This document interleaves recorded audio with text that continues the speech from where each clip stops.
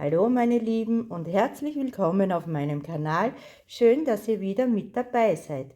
Ich freue mich riesig, euch heute zur ersten Stickzeit begrüßen zu dürfen. Von anderen YouTubern wird dieses Format auch Stick mit mir genannt. Bei mir ist es die Stickzeit.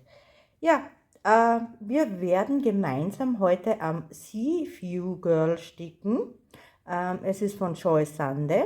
Ich habe euch ja im letzten Unboxing gefragt, welches Bild ihr gern sehen wollt. Es waren 3 Bilder zur Auswahl und es ist in den Kommentaren dann mehrheitlich das Sea View Girl genannt worden.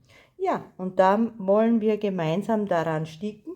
Ich bin schon ganz aufgeregt. Es ist das erste Mal, dass ich so etwas mache. Also, ich hoffe, ihr habt ein bisschen Nachsehen mit mir, wenn es nicht ganz so funktioniert. Aber wir werden es auf jeden Fall probieren. Ich werde euch ein bisschen von mir erzählen, eine kleine Vorstellungsrunde machen. Also seid gespannt, es geht gleich weiter. Ich werde das jetzt umbauen. Ja, wir sehen uns gleich. Bis dann. Ja, meine Liebe, da bin ich auch schon wieder. Ich habe das Ganze jetzt umgebaut und ja, das Stickbild ist in einem Stickring und das Ganze habe ich so am Tisch befestigt, dass ich euch hoffentlich gut zeigen kann, wie ich sticke und ihr mir dabei zusehen könnt. Normalerweise sticke ich in der Hand, also schon mit einem Stickring oder mit einem kleinen Stickrahmen oder Q-Snap und sticke auf der Couch, also nicht am Tisch. Also für mich ist das jetzt auch komplett ungewohnt, aber ja, ich möchte euch das mal zeigen. Wir werden heute an dem grünen Flächen sticken. Das ist die Farbe 519. Ich habe mir bewusst diese große Fläche jetzt ausgesucht, da es ja für mich das erste Video in diesem Format ist und ich wirklich nicht weiß, wie das jetzt funktioniert. Ja, was kann ich euch erzählen? Ich glaube, das, was euch wahrscheinlich am ehesten noch interessiert, ist ein bisschen von mir. Ja, ich komme aus dem wunderschönen Land Österreich. Ihr habt es sicher schon an meinem Dialekt bemerkt. Also solltet ihr irgendetwas davon nicht verstehen, irgendwelche Wörter, dann sagt mir ganz einfach Bescheid. Manches wird ja in Österreich etwas anders ausgesprochen als in Deutschland. Und ja, die meisten Zuseher sind ja aus Deutschland. Soweit ich weiß, gibt es da nur noch eine weitere Österreicherin aus dem Bundesland Tirol. Ich selber wohne ja ganz im Osten von Österreich. Das heißt in der Nähe von Ungarn und Slowakei. Die Grenze ist nicht sehr weit weg.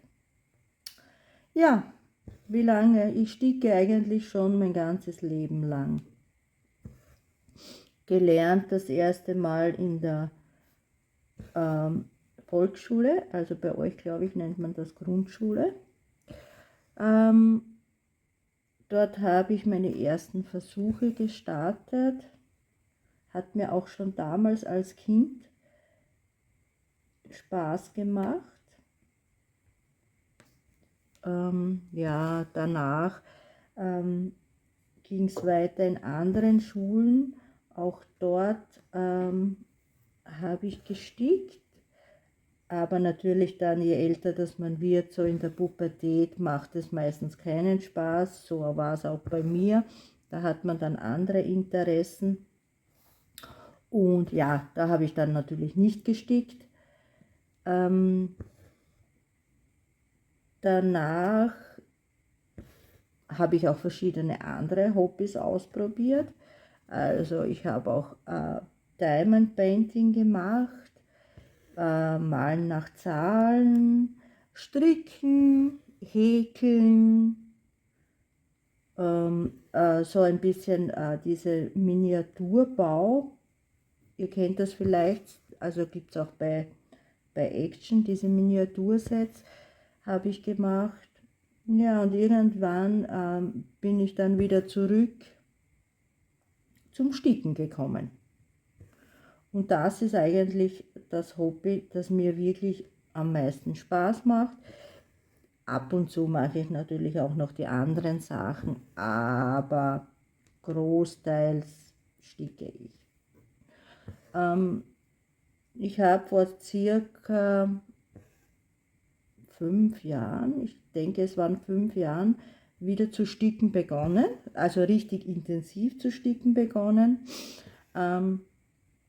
Habe dann das erste Mal die Seiten von Heaven and Earth kennengelernt und mich natürlich total verliebt in die Designs und habe dann halt ausschließlich gezählten Kreuzstich gemacht und erst vor circa einem Jahr, 1,5 Jahren habe ich dann auch mit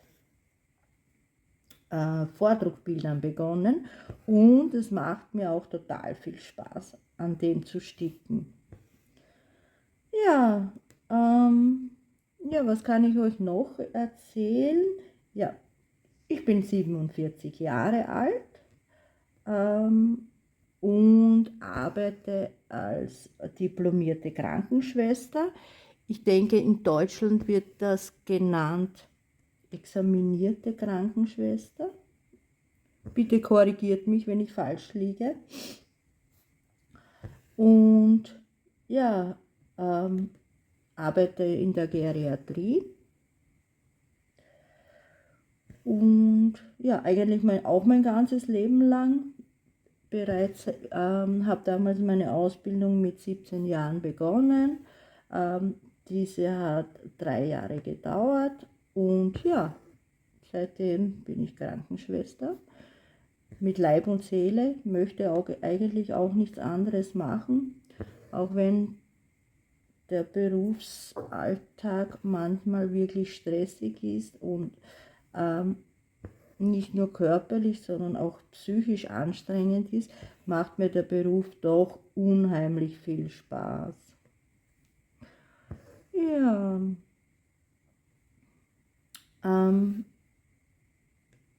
ihr seht hier, es geht voran mit meinem Sticken. Funktioniert doch recht gut, hätte ich mir jetzt gar nicht so gedacht, dass das so gut funktioniert.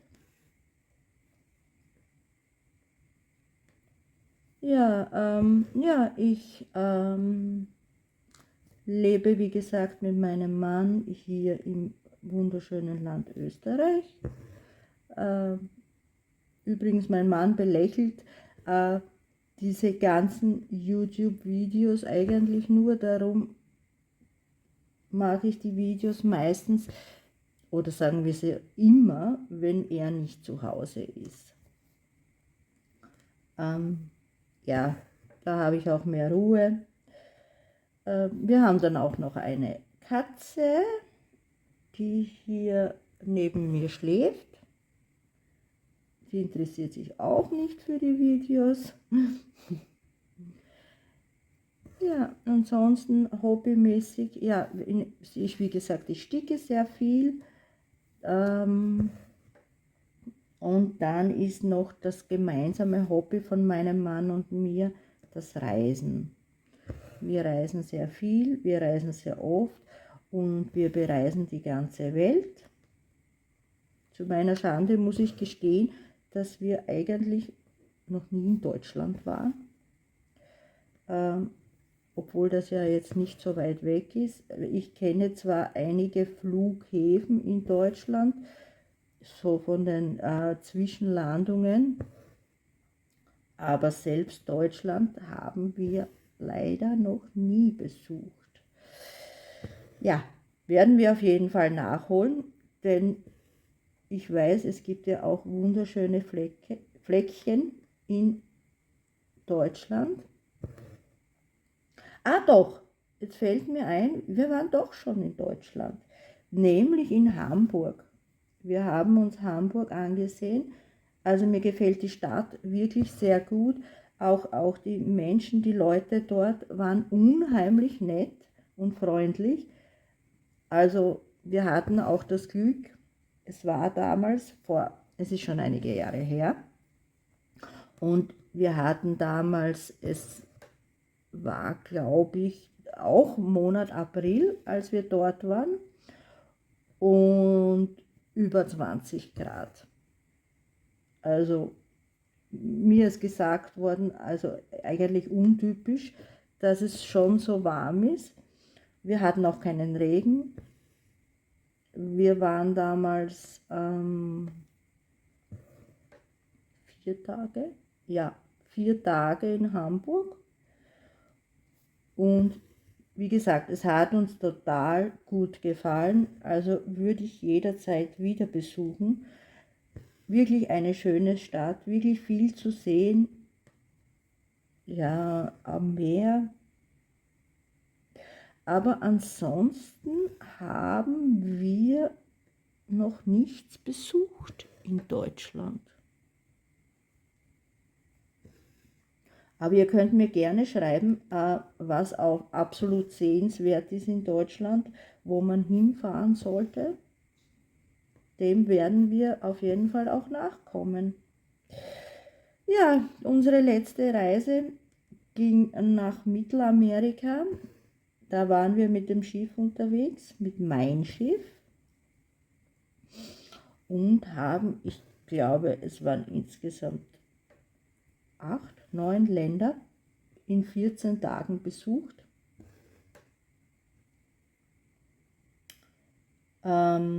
Gestartet sind wir damals im Februar war die Reise, in Jamaika. Also der Flug ging von Wien nach Frankfurt und danach weiter nach Montego Bay. Und in Jamaika sind wir dann auf das Schiff und dann ging es weiter nach Mexiko, Belize, Honduras, Costa Rica, Panama, Kolumbien, Dominikanische Republik und dann zurück nach Jamaika und dann nach Hause. Ich glaube, ich habe jetzt alle Länder aufgezählt und nichts vergessen. Ja, wir waren 14 Tage mit Mein Schiff 1 unterwegs. Hat uns auch total gut gefallen, obwohl es auch anstrengend ist, wenn man 14 Tage mehr oder weniger jeden Tag unterwegs ist, in einem anderen Land etwas anderes besichtigt. Also wenig Ruhezeit und Entspannung war da nicht und natürlich auch wenig Stickzeit. Ich hatte zwar mein Reisebild mit, aber so viel habe ich daran dann nicht geschafft, weil ich meistens abends natürlich auch sehr müde war und dann auch nicht mehr sticken wollte. Ja, was kann ich euch noch erzählen? Ja, über die Reisen könnte ich eigentlich sehr viel erzählen. Wir sind halt oftmals in Asien unterwegs. Wir haben dort schon einige Länder besucht. Voriges Jahr im Herbst waren wir auf den Malediven.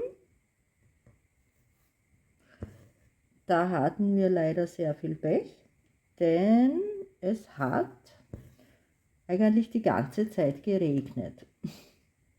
Es war zwar keine Regenzeit, also völlig untypisch, hat es fast den ganzen Tag immer geregnet.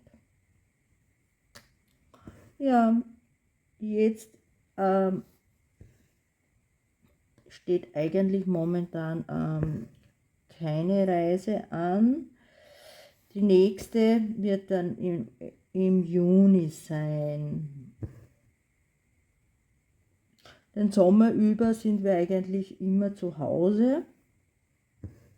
Wir haben halt ein Haus mit einem großen Garten, Swimmingpool, ja, mit allem drum und dran. Es lässt sich auch gut zu Hause leben.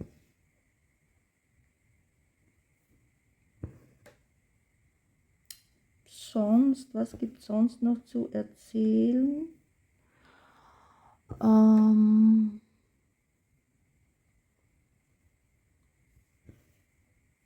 Ja, wenn ihr irgendwas von mir wissen möchtet, könnt ihr mir das natürlich auch gerne in den Kommentaren schreiben.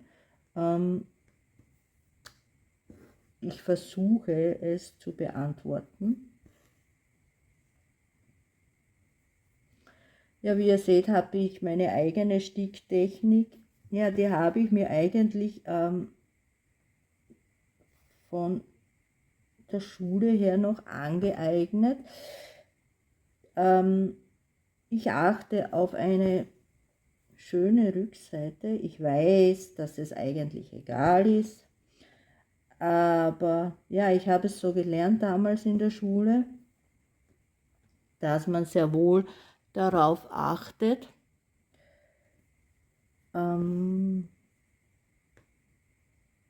Ja, hinten sind bei mir die Stiche gerade.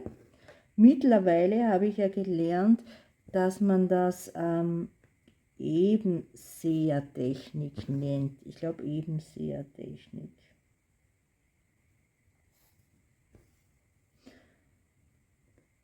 Darum, ja, sticke ich jetzt zuerst meine hinein, so wie man hier sieht, ja, und dann erst zurück und nicht jedes Kreuz einzeln. Also meine Rückseite ist im Großen und Ganzen recht sauber. Natürlich springe ich auch, aber ich versuche da wirklich nur ganz kurz, maximal 4, 5 Kästchen weit zu springen. Ja, es ist mir halt einfach wichtig, dass auch die Rückseite schön ist, auch wenn es kein Mensch sehen wird. Für mich ist es wichtig und aus diesem Grund achte ich darauf. Ja, hier, man sieht hier oben habe ich schon ein bisschen was geschafft am Seaview Curl. Noch nicht so viel, aber ich werde es euch dann im nächsten Stick-Update, also dem Monatsupdate, zeigen, wie weit ich tatsächlich gekommen bin.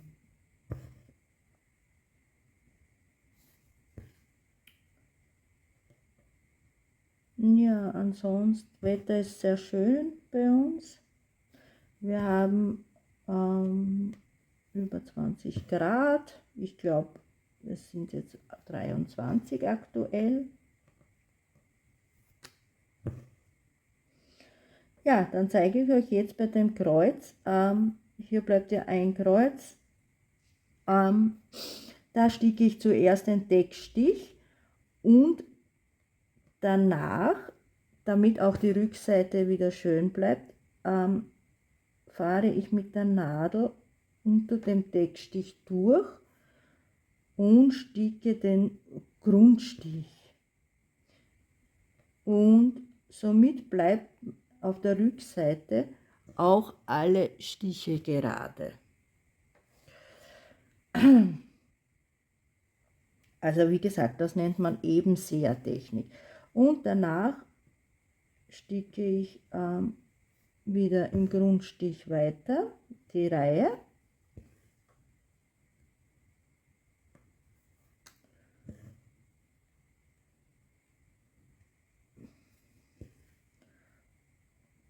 Und die Reihe zurück.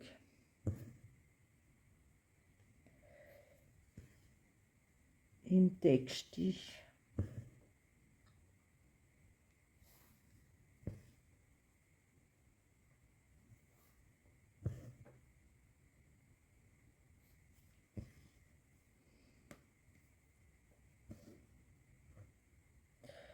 Ja, wie gesagt, neben mir liegt mein kleiner Kater, also klein. Klein ist er eigentlich nicht. Der wird jetzt im Mai 12 Jahre alt. Ist eigentlich sehr fit mit seinen 12 Jahren. Und ja, im Herbst steht dann wieder der Tierarztbesuch an. Er hat leider, also das hat er schon länger, im Bereich der Brust, ja, so eine Beule, sieht aus wie eine Beule. Das hatte er auch letzten Herbst, Entschuldigung, schon. Und wir waren da auch beim Tierarzt. Und ja, die Tierärztin meinte, ja, das kann man belassen. Das ist eigentlich nur wie eine Wasserblase und ist mit Wasser gefüllt. Das muss man jetzt nicht extra irgendwie operieren, ist nicht schmerzhaft für ihn und beeinträchtigt ihn auch sonst nicht. So, einen Schluck Kaffee.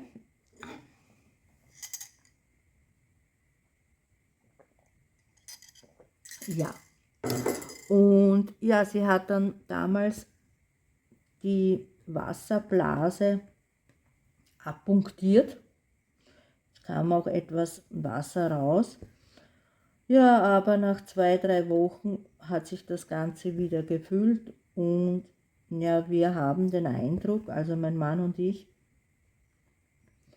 dass die Blase mittlerweile größer geworden ist. Es kann aber auch sein, dass wir uns das jetzt einbilden, denn mittlerweile hat er ja auch weniger Fell, kommt ja der Sommer, er verliert jetzt sein Winterfell und dadurch kommt die Blase auch mehr hervor und wirkt dadurch auch größer. Aber zur Sicherheit werden wir uns das im Herbst nochmal anschauen lassen. Aber ja, es macht uns jetzt nicht große Sorgen, aber trotzdem. Vielleicht wird es ja diesmal entfernt. Ja, der Faden ist auch bald zu Ende.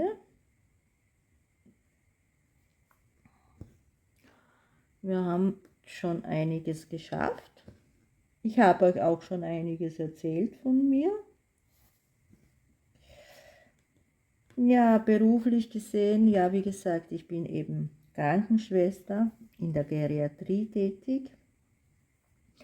Bei uns in Österreich gibt es ja jetzt nicht so Schichtdienst, so wie ich gehört habe, wie es in Deutschland ist, bei Krankenschwestern. Also mit Früh-, Spätschicht oder Nachtschicht. Ja, ich mache auch Nachtdienste, nur bei uns sind die Dienste eigentlich immer 12 Stunden. Das heißt, von 7 bis 7, entweder am Tag oder in der Nacht.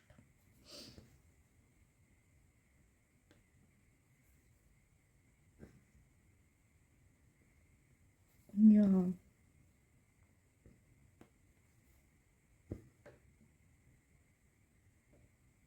Ich mache meinen Beruf auch wirklich sehr gerne. Ich kann mir eigentlich nicht vorstellen, irgendetwas anderes zu machen. Ja, vielleicht liegt es auch daran, dass ich nichts anderes gelernt habe. Und ja, mit Leib und Seele dabei, so wie am Sticken.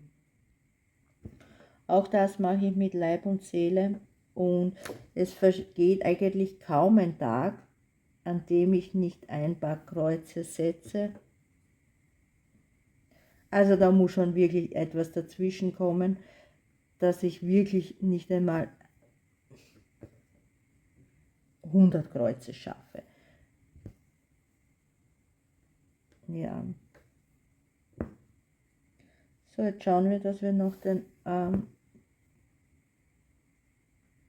Deckstich schaffen bei dieser Reihe. Der Faden ist ja wirklich schon sehr kurz. Ja, ich beginne das Sticken immer mit dem Schlaufenstart, genannt Loop Start, und beende eigentlich immer den Faden mit dem Pin Stitch. Den kann ich auch gleich zeigen. Wir sind bald am Ende.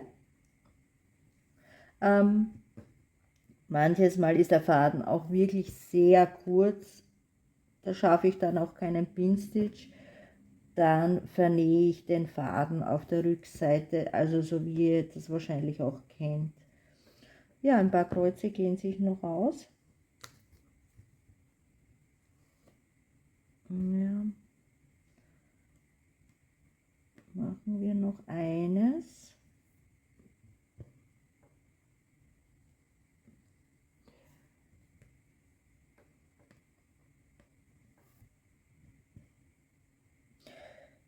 Ja, zu der Stickzeit, also dem neuen Format hier,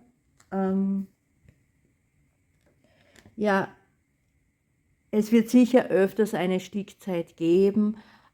Es wird zwar nicht regelmäßig sein, aber wenn ich Lust und Laune habe und natürlich auch die Zeit dazu, werde ich eine Stickzeit aufnehmen. Und ja, freue mich natürlich, wenn ihr da mit dabei seid.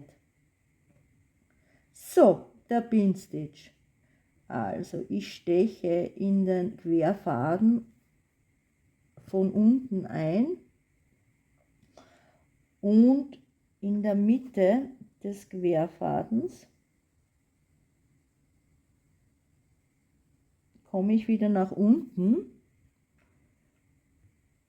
Ja, das war nicht ganz, Entschuldigung, noch einmal von vorne. Also ich komme nach oben, sticke in der Mitte nach unten. Ja, genau, jetzt sieht man das kleine, den kleinen Faden. Dann komme ich wieder von unten nach oben, auch in dem Querfaden, und sticke wieder in der Mitte nach unten im Querfaden. Ja, und somit ist der Stich gut verankert. Und ich muss sagen, der Pin Stitch hält bombenfest. Also es ist mir dabei noch nie etwas aufgegangen. Also, und man kann den Faden jetzt hinten abschneiden. Ja, ich denke, das war's. Das erste Stick mit mir. Wie gesagt, ich nenne es jetzt Stickzeit. Ich freue mich, dass ihr da mit dabei gewesen seid. Hoffe, ihr seid auch das nächste Mal wieder dabei. Und ich denke, es hat ja wirklich gut funktioniert. Ich konnte ein bisschen was von mir erzählen. Und ja, ich wünsche euch so noch einen schönen Tag. Wir haben ja wunderschönes Wetter. Und bis zum nächsten Mal. Tschüss.